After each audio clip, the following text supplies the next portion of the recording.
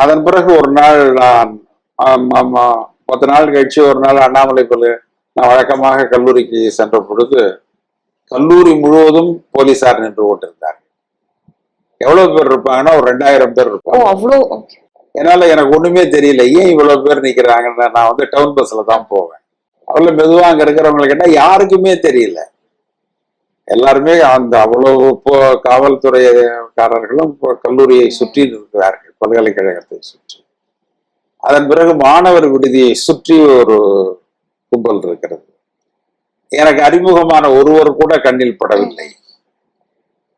மெதுவாக அங்க போகலான்னு பார்த்தா போறதுக்கும் ஒரு அச்சம் ஏற்பட்டது. இதை நம்ம மீறி ஏன் அது உள்ளார போவான்னு. அதன் பிறகுதான் மதியம் தெரிந்தது, கனு சன்யால் என்கிற ஒரு தீவிர கம்யூனிஸ்ட் ஒருவர் அங்கு தங்கி இருந்ததாகவும் அவர் மாணவர்களுக்கு வகுப்படுத்ததாகவும்